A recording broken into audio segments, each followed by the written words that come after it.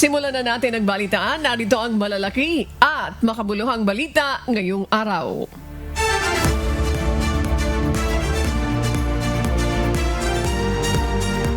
Ipinaskil ni Zaldico, nagbitiw na ako Bicol Party List Representative at dating House Appropriations Panel Chairperson ang listahan ng petsa at halaga ng perang i-deliver umano kina dating House Speaker, Leyte 1st District Representative Martin Romualdez at Pangulong Ferdinand Marcos Jr. mula September 22 hanggang August 2025.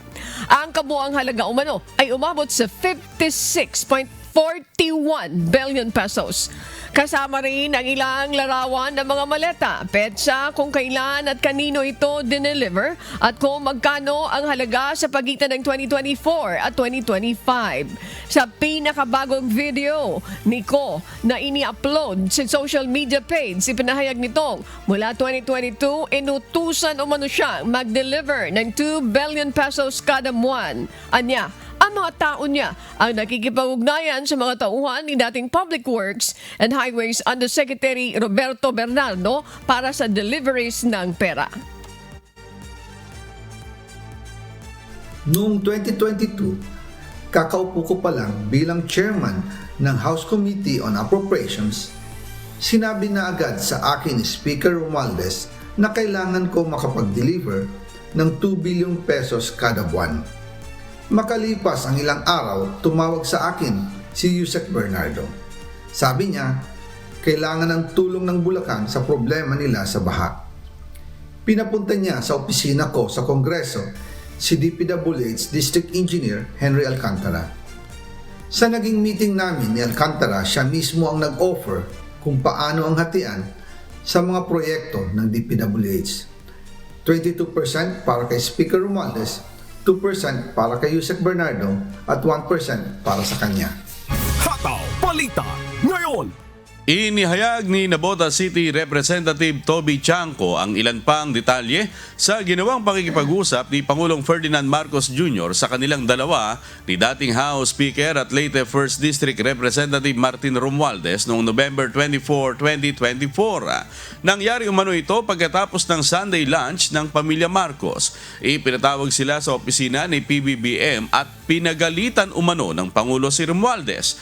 Sinabihan umano ng Presidente na sobra na kayo si Romualdez dahil sa issue sa pambansang budget. Kapwa cousin-in-law ni Congressman Chanco sina PBBM at Leyte Representative Romualdez. Kasunod nito, nalaman umano ni Chanco na ang dahilan ng pagkagalit ng Presidente ay ang reklamo ng Japan International Cooperation Agency o JICA. Ang sabi ni Presidente Marcos, ito, yung sinasabi ko hindi ko masabi na masasakit na salita. Bago niya sinabi yung kayo ni Saldi kinukuha niyo yung budget. Pag-upo, ang bungad talaga kaagad ng presidente kay Martin is, Martin, kayo ni Saldi, ilan bang bahay sa Forbes ang gusto niyong bilhin? Ilan bang eroplano ang kailangan ninyo? Ilan bang Ferrari ang gusto nyo? Ganong karaming pera ba ang gusto nyo? Ganong karaming caviar ba ang kaya nyo kainin? Yun ang bungad. Yun yung opening statement. Noong November. Noong November 24. Tsaka pa lang niya sinabi na sobra na kayo. Lahat ng pera, kinukuha nyo. Hataw Balita ngayon! Maghahain ng motion si dating Palace spokesperson Attorney Harry Roque upang bawiin ng hukuman ang desisyon nito sa pagkansila sa kanyang pasaporte. Paliwanag ng dating opisyal, nagkamali ang korte sa desisyon nito. Mayroon siyang 15 araw upang isumite ang kanyang motion for reconsideration. Sa tingin ko, mali po yung reasoning ng hukuman. Ang sabi niya, ako daw, miski hindi ako tumakas dahil sa pagsampa ng kaso sa akin, wala naman daw ako sa Pilipinas at nang walang balidong dahilan, no? Ibig sabihin, unjustifiable daw yung aking pagkaalis sa Pilipinas at yung aking pag-iwas sa jurisdiction ng hukuman. Hataw Balita ngayon! Samantala, kinansila ng Pasig City Regional Trial Court ang pasaporte ni na dating Presidential Spokesperson Harry Roque at Catherine Cassandra Leong. Kasama din sina dating Technology Resource Center Executives Dennis Cunanan, Ronilyn Baterna at Mercedes Macabasa.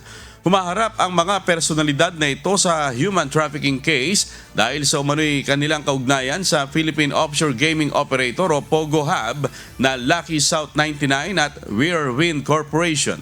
Nauna nang sinabi ng Presidential Anti-Organized Crime Commission o PAOC na hindi pa nila tukoy sa ngayon ang kinaroroonan ni Cassandra Leong. Ayon sa korte, hindi pa rin tukoy sa ngayon ang kinaroroonan ng 3 pang akusado. Si Attorney Roque naman ay kumpirmadong nasa ibang bansa. Hataw Balita ngayon. Sa pagpapatuloy ng Hataw Balita ngayon, mayroon na umanong blue notice na lumabas laban sa dating mambabatas na si Saldico.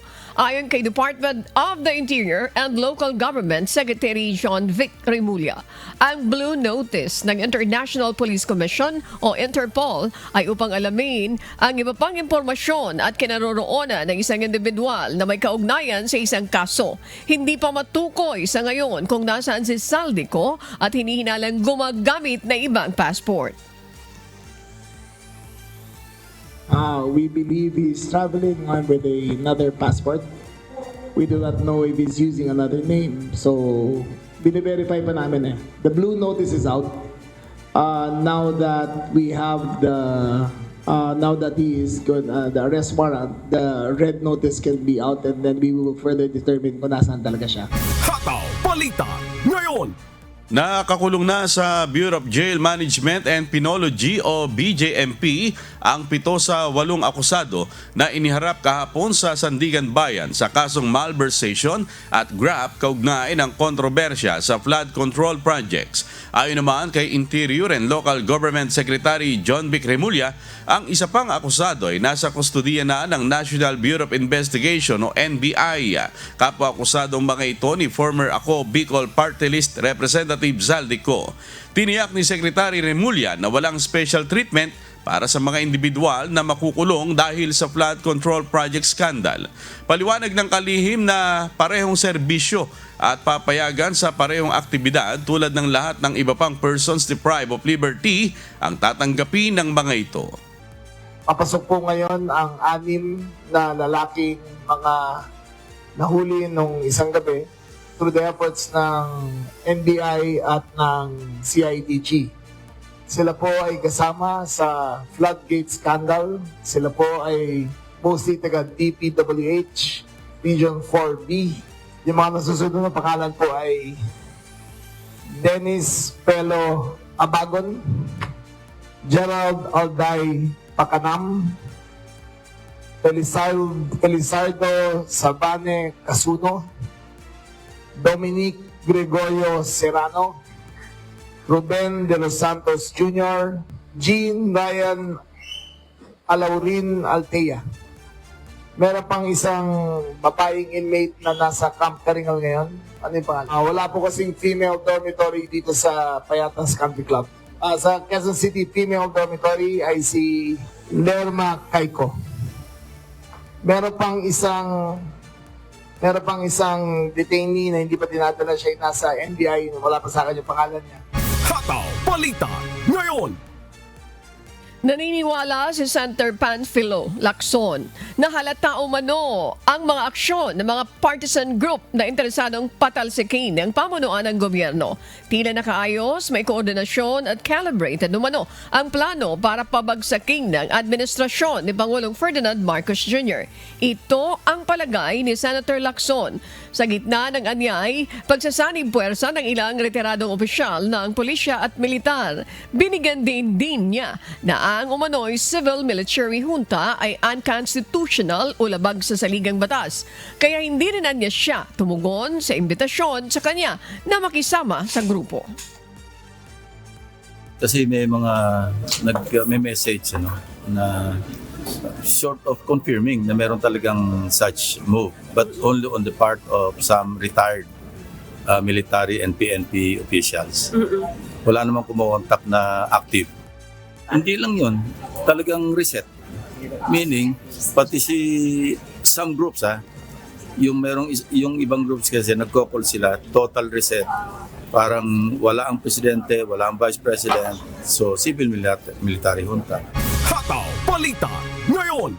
Iginiit ng trilyon peso March Movement at Catholic Bishops Conference of the Philippines na wala silang planong pabagsakin ang pamahalaan sa kabila ng planong malawakang protesta sa November 30. Tiniyak din ng mga ito na hindi sila susuporta sa anumang paggamit ng militar o hakbang na labag sa konstitusyon. Ayon sa CBCP, suportado nila ang demokratikong pamamaraan ng pagpapanagot sa mga salarin sa issue. Bukod sa panawagang papanagutin ang mga sangkot at ibalik ang ninakaw na pondo, hinihiling din ng grupo ang mahabang panahong reforma sa pamahalaan. Kabilang dito ang agarang pagpasa ng Anti-Political Dynasty Bill, pagpapalakas ng Freedom of Information Act at pagsasabatas ng Independent Commission Against Infrastructure Corruption. Anila positibo at magandang balita ang pag-aresto ng pamahalaan sa ilang sangkot pero hindi anila ito sapat kundi dapat ay umabot ang pananagutan hanggang sa matataas na opisyal ng gobyerno. Ang ating advocacy nitong trillion peso march ay hindi para pabagsakin ang ating pamahalaan ngayon. We are not calling for the resignations ng ating mga pinuno ng ating bansa. Kung hindi, ang ating ipinaglalaban ay ikulong, ilantad, at ibalik ang nakaw ng korupsyon. Kaya po nananawagan kami kung kayo ay natutuwa, tulad po namin na may na-arrest na, tuloy-tuloy po tayo hanggang makuha natin ang goal natin na talagang matapos na itong skandalo na to, makulong na lahat ng nangurakot. Kaya wag po tayo maging complacent. Alam po natin that government is responding because we are Hataw Balita ngayon. Nasa commissioner in charge na ang komisyon ng Komisyon ng Elections o COMELEC ang rekomendasyon matapos ang investigasyon kaugnay ng pagtanggap ni Senator Chis Escudero ng 30 million pesos na campaign donation mula sa public contractor na si Lawrence Lubiano noong 2022 elections. Ayon kay Chairman George Erwin Garcia, kapag naiakit na sa AdBank ang rekomendasyon ay lalabas nila sa Miyerkules, November 26 ang desisyon kung dapat bang kasuhan o hindi si Senator Chis pati si Lubiano. Kung ang desisyon ay kakasuhan, ang COMELEC Law Department na magsasagawa ng preliminary investigation bago posibleng iakyat sa korte ang kaso. Maaari rin namang sabihin ng AdBank na huwag kasuhan ang mga respondent. Ang investigasyon ng COMELEC kina Escudero at Lubiano ay may kinalaman sa Sections 95 ng Omnibus Election Code na bawal magbigay ng donation ang isang individual o juridical entity gaya ng korporasyon na may kontrata sa gobyerno sa panahon ng halalan. Depende doon sa commissioner in charge yun eh. Kung sa kanyang palagay, kinakailangang aprobahan ng COMELEC and Bank, kaagad namin iyong ma-approve o madidispose ngayong darating na Merkules. Hataw Balita ngayon. Maaari na ang makita ang mga partikular na datos ng government infrastructure projects online. Ito ang binuksan sa publiko ng pamahalaan sa pamamagitan ng Department of Public Works and Highways o DPWH Transparency Portal. Magsisilbi itong digital library para sa higit 247,000 na mga proyekto ng DPWH mula taong 2016 kung saan makikita ang mahalagang detalye gaya ng implementing office, kabuang halaga ng proyekto, progress rate at pinagmulan ng pondo. I-upload din kada buwan ang kopya ng mga larawan, geographic data at downloadable contract documents maging ang mismong status ng proyekto. Ayon kay Pangulong Ferdinand Marcos Jr., kung dati ay hindi nakikita kung ano talaga ang nangyayari sa loob ng pamahalaan na nagdudulot ng talamak na korupsyon, ngayon nais nitong hikayatin ang publiko na makilahok, makialam at magmonitor sa mga nangyayari sa bansa. That is one of this is one of the reforms na nanggaling sa aming natutunan sa experience na ito, sa kakaimbestiga, sa kakahanap sa mga proyekto na flood control na talagang maraming problema. Kaya sa aking palagay, alam nyo, sunlight is the best medicine. So open everything up to the sunlight because the people need to know. Hataw Balita ngayon. Good news sa mga consumer ng kuryente. Ipinag-utos ng Energy Regulatory Commission o ERC sa mga distribution facilities at electric cooperatives ang no disconnection policy sa buwan ng Nobyembre at Desyembre. Ibig sabihin, walang mapuputulan ng kuryente hanggang sa pagtapos ng taon. Ayon sa Department of Energy, layo nito na matulungang makabangon ang mga Pilipino dahil sa nagdaang mga kalamidad. Samantala, ang mga consumer na mayroon 100 kilowatt-hour na konsumo ng kuryente sa mga lugar na naapektuhan ng bagyo at lindol ay maaaring magbayad ng staggered o utay-utay. Hataw Balita ngayon. Pinag-aaralan na ng Department of Agriculture ang Maximum Suggested Retail Price o MSRP para sa ilang gulay at karne ng baboy na maaaring ipatupad ngayong linggo o sa susunod na buwan. Base sa ilalabas na MSRP ng DA, nasa 370 pesos ang kada kilo ng liempo, 340 pesos per kilo sa kasim at pigi at parehong tig 120 pesos naman sa kada kilo ng red at white onion at maging ng imported carrots. May inilalatag din na 210 pesos per kilo na floor price ng live hog, ngunit pinag-uusapan pa ito ng kagawaran kasama ang mga hog racer. Nagbabala naman ang kalihim sa mga consumer na mayroon umanong nandaraya upang makapagbenta ng mahal na sibuyas. Upang masiguro naman na may patutupad ng mga pamilihan ang nasabing MSRP, nakatakda namang mag-ikot ang DA kasama ang Department of Trade and Industry at Philippine National Police.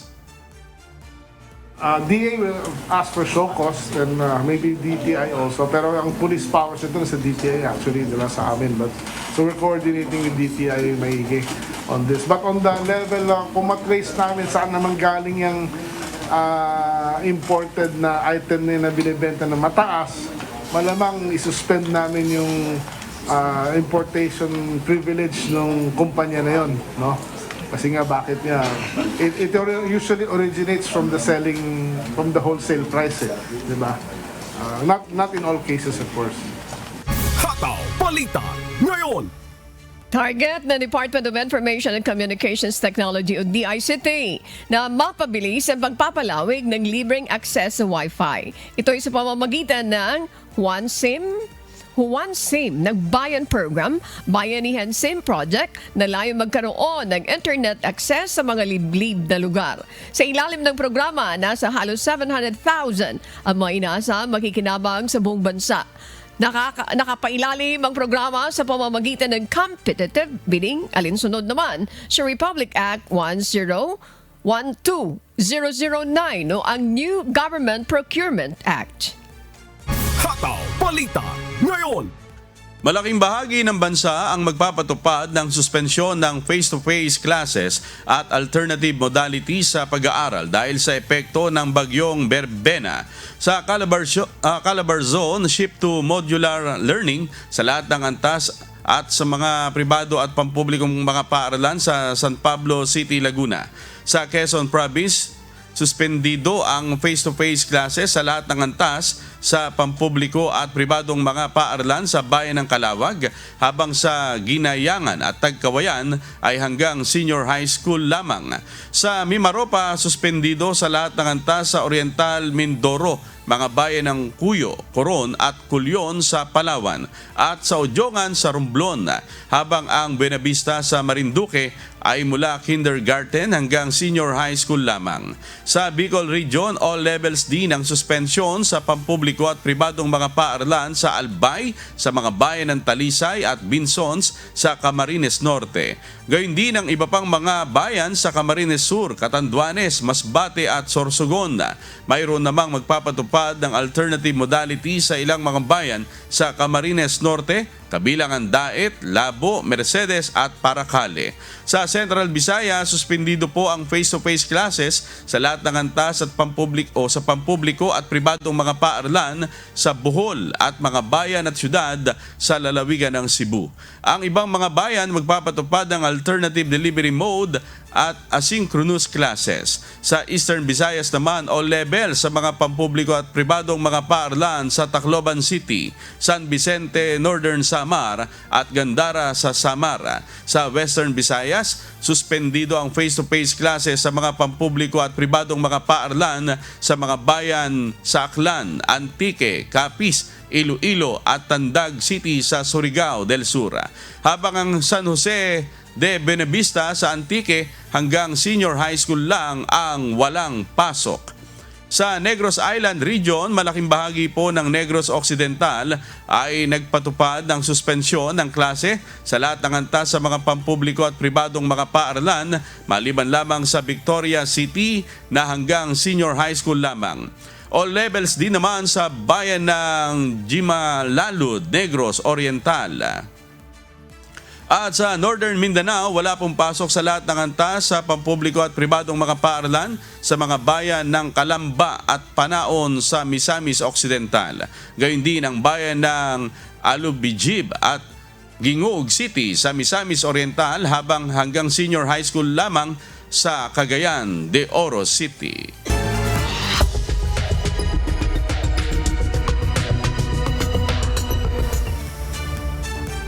Magandang umaga sa ating mga kababayan sa buong mundo.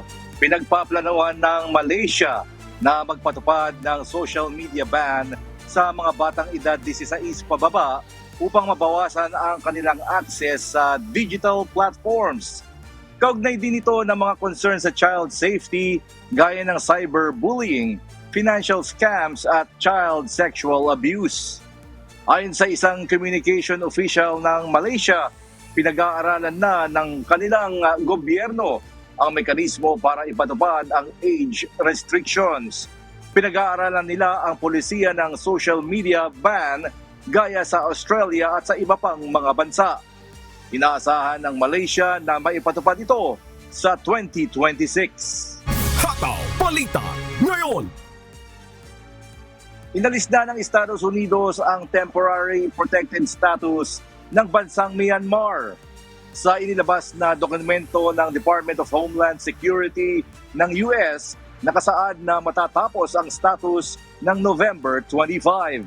Matapos muling pag-aralan ang temporary protected status, hindi na-meet ng Myanmar ang mga kondisyon para palawigin ito. Ibig sabihin nito, ang mga local nationals ng Myanmar na dating nabigyan ng temporary protected status ay aalisin na. Ang temporary protected status ay nagbibigay ng temporary immigration benefit sa mga ibang bansa na nasa ilalim nito, alinsunod sa Immigration and Nationality Act ng US. Ang mga eligible sa ilalim nito ay maaaring manirahan sa US at hindi maaaring pauwiin sa kanilang bansa hanggang epektibo ang temporary protected status. Mayroong nasa 4,000 mga citizen ng Myanmar na apektado ng civil war sa kanilang bansa ang nakikinabang sa ganitong programa ng US. Hataw Balita ngayon. Mas mababa man ang bilang ng mga turistang bumisita sa Singapore kumpara sa pre-pandemic levels, hindi ito naging hadlang para tumaas ang kabuuang tourism receipts ng bansa. Ito ang umahataw na balita ni Ara Dagdag. Kamakailan, inulat ng Singapore Tourism Board o STB na mas mababa pa rin ang bilang ng mga turistang bumisita sa Singapore noong nakaraang taon kumpara sa pre-pandemic levels. Ayon sa STB, umabot lamang sa 16.5 million ang international visitor arrivals noong 2024. Mas mababa ito sa 19.1 million na naitala noong 2019. Sa ulat nitong Biyernes, iniulat ng MTI na mas tumaas ng 24.4% ang average spending per visitor mula 2019 hanggang 2024 na nagpataas sa kabuuang kita ng sektor. Batay pa sa ulat, habang bumababa ang gastos ng mga turista sa pamimili, mas malaki naman ang kanilang ginugugol sa food and beverages, amusement at entertainment.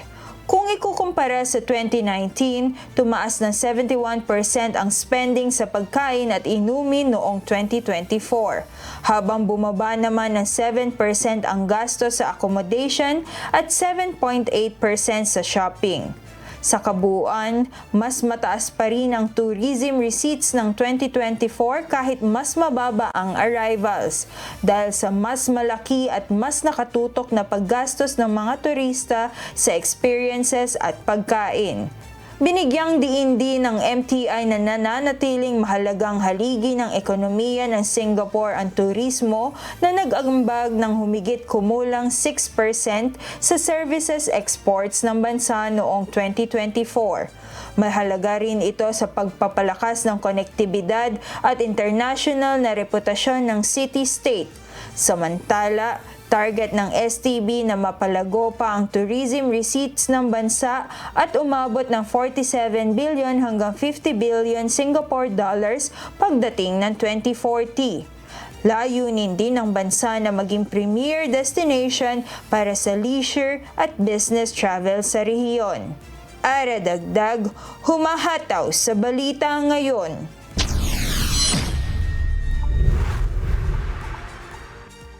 At yan po mga kababayan, ang mga balita mula sa iba't ibang panig ng mundo. Ako si James Bontuyan mula dito sa Maryland, USA. Magandang umaga po. Sa pagpapatuloy ng Hataw Balita ngayon, makakasama natin ngayong umaga si Manuel Ricuenco Tanaw-Tanaw, sakay ng radio mobile booth na nasa Barangay Buenaventura, Louisiana, Laguna para sa isasagawang medical mission ngayong araw. Manuel, magandang umaga sa iyo. Magandang umaga, Miss Annie. Live na live sa pamamagitan po ng Radyo La Verdad Mobile Booth dito po sa Barangay San Buenaventura, Louisiana, Laguna, Miss Annie. At gagawin ngayong umaga ang UNTV at MCGI Medical Mission at makakasama natin Miss Annie ang ating kapitana, walang iba po kundi si Kapitana Corazon Saludes. Magandang umaga, ma'am. Magandang umaga po, Sir Manuel. Nakailang kape na po kayo? Nakadalawa na po. Wow. At magandang po yan.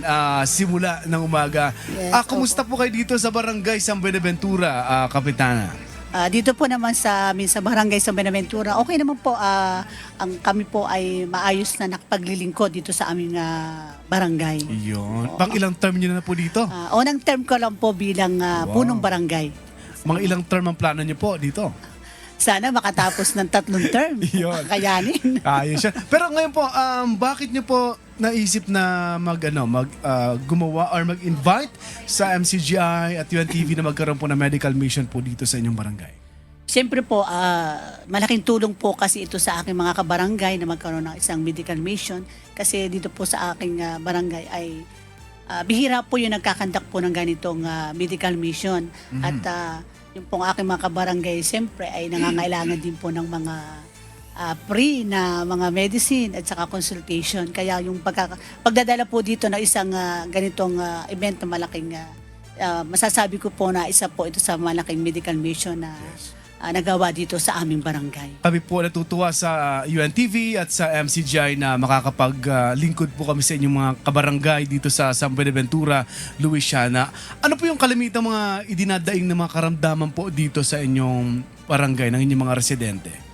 Unang-una po, pag mga lumalapit dito po sa aming barangay, sa health center, yung pong inihingi po lagi ay yung kanilang mga maintenance. Unang-una po ay sa high blood, Opo. sa sugar, yung po sa ubo, yung kalimitan po yung mga dinadaing dito sa aming barangay. ng Marami mga pa sakit. naman yung ubo ngayon. Oo nga May ubo po ako, kaya baka po Ako rin po, sir.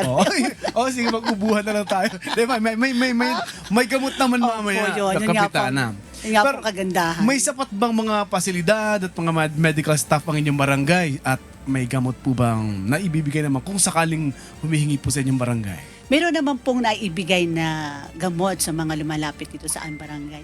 Kaya lang po ay, siyempre minsan ay kinukulang din, nawawalan din. Pero naandyan po naman yung aming RHU na sila din pong sumusuporta. Pag nawawalan na po ang barangay ng gamot, meron nagdadala po sila sa mga maintenance nilang po ang kalimitan. Opo. Yun. At malaking tulong na po, makatulong na po itong medical mission ng UNTVET ng MCGI. Ngayon po, ano pong pangkaraniwang trabaho ng mga inyong kabarangay dito? At balita ko dito, ginagawa ang mga sombrero at mga iba pang produkto. Yes po. Talagang dito po yung sombrero na yari sa pandan. Yung po ang karimitan. Pandan yung nilalagay Pandan po sa kanin? Hindi po. Iba po Ano yung po sir. pandan yun? Yung pong pandan na nilalagay sa kanin ay iba po yung maliit lang po Nagutom yun. na ako sa pandan. Mabango kanin. kasi yun, Mabango sir. yun, di ba? Ang sarap po sa opo. tuyo. Yeah. Pero yung pong pandan na ginagawa namin sombrero, malaki po ang variety nun. Saka may mga tinik po yun. Medyo tinatawag po ng bago po namin magawa yung sombrero ay may proseso po kami ng kung tawagin ay pamamandan. Pamamandan. Pero yung pandan na yun, iba po yun dun sa mabango. Iba po. Malaki pong kaibahan, sir. Malaki po. Sige po. Sige po, ano po ang inyong mensahe sa ating mga kabarangay dito sa San Buenaventura, Luisiana, na napakaganda ng kalsada dito sa inyo. Kahit na medyo nahihilo kami sa sobrang zigzag, pero masaya kami na dumating dito kasi may medical mission ng UNTVET MCGI. Invite them po para sa makapunta ngayong umaga, makahabol at mag-prepare na po sila dito sa inyong barangay sa medical mission po na ito. Yes, sir. Sige. Para po dito sa aking mga kabarangay, dito sa Barangay San Buenaventura, inanyahan na po kayo mga kabarangay na ngayon ay mag-ready na kasi naka-ready na po ang ating medical mission dito sa ating covered court. Marami po tayong magiging benepisyo dito kasi isa po itong malaking medical mission na nadala ng MCGI at UNTV para po dito sa ating barangay. Kaya sa akin po mga kabarangay, kayo po ay magsimpunta na dito at malaki po itong magiging tulong para sa ating lahat sa libreng consultation at sa mga libreng gamot po. Yon. At nakasama po natin Miss Annie, ang punong barangay ng Barangay San Buenaventura, Luisiana, Laguna, si Kapitana Corazon Z. Saludes. At balik po sa inyo Miss Annie, mag-aalmusal lang po kami dito ng napakasarap na almusal at kape.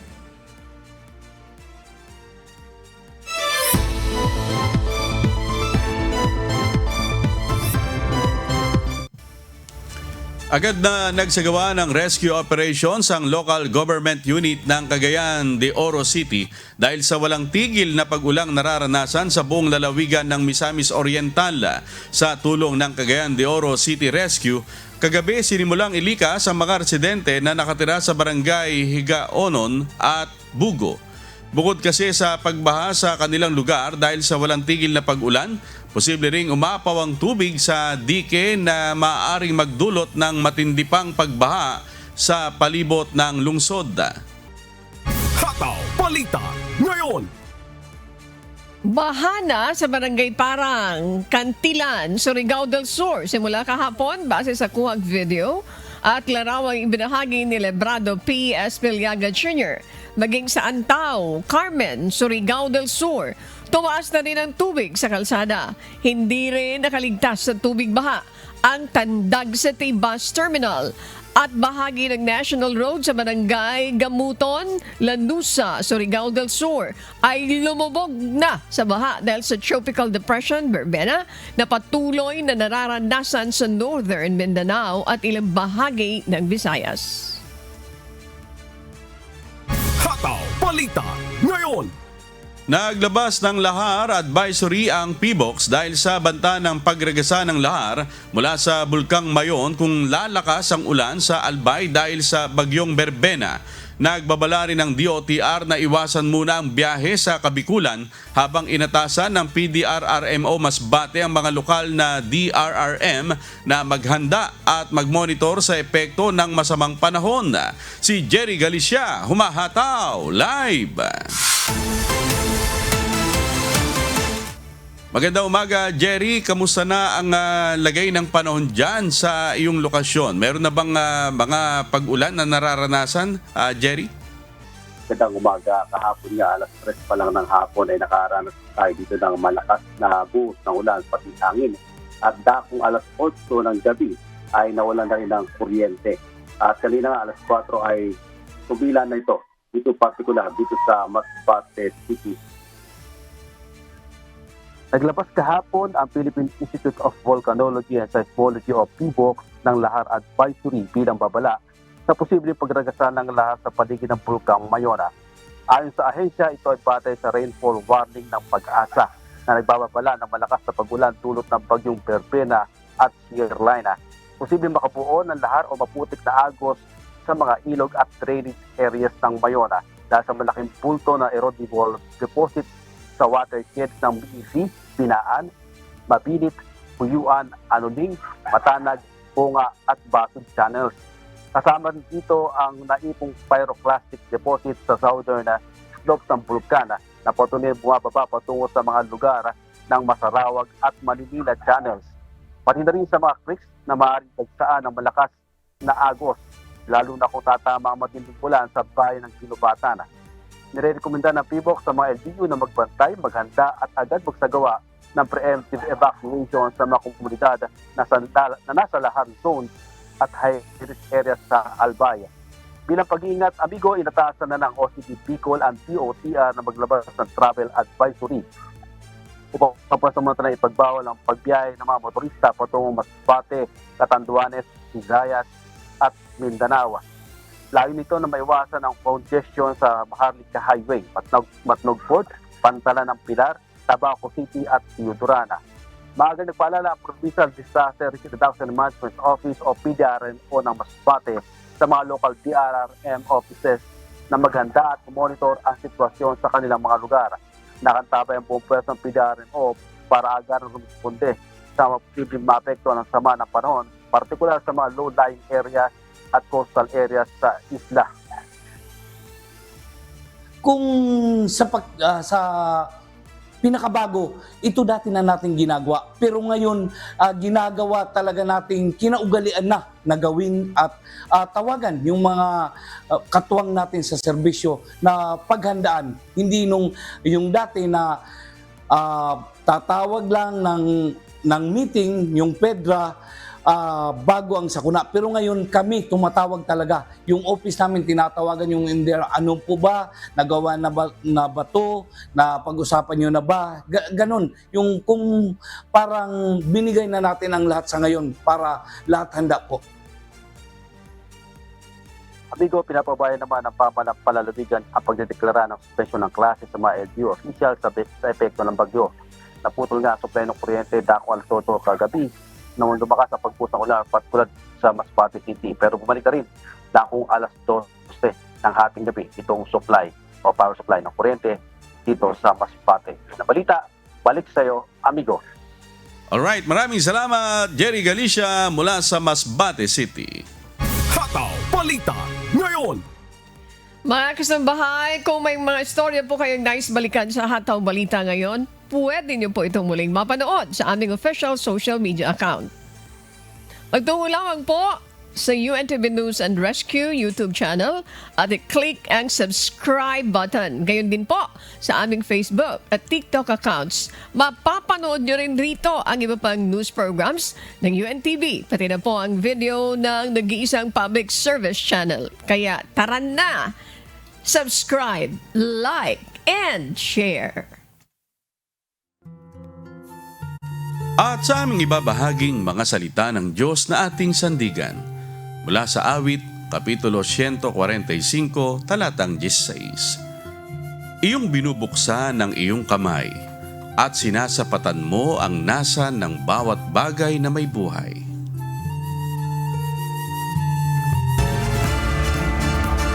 At yan po ang mga humahataw na balita ngayong umaga ng Martes, ika-25 sa buwan ng Nobyembre 2025. Ako po inyong amigo, Sherwin Kulubong. No more bati na, Adet, kasi wala ng time. Christian, wala na yan. Jerickson. Diyosa. Ayan. Manuel Recuenco. Ayan, si Alex. Ayan. Maraming salamat sa inyo. Bernie. Carl, thank you. And Ian. Si JC. Yan. Sa ngalan ng lahat, si Luel. Sa ngalan ng lahat ng bumubuo ng UNTV News and Rescue, UNTV Radyo La Verdad 1350 at ang ating mga correspondent mula sa Pilipinas at sa iba't ibang panig ng mundo. Ako naman po si Annie Rentoy. Naku, magtatampo niyan si Jocelyn Gutierrez dahil pinababati niya si Madjo Conana ng happy birthday. At dito sa UNTV at UNTV Radyo La Verdad 1350, Diyos ang aming sandigan. Serbisyo publiko ang aming pinahahalagahan. Susunod na po ang Good Morning Kuya. Salamat po sa Diyos at magandang umaga.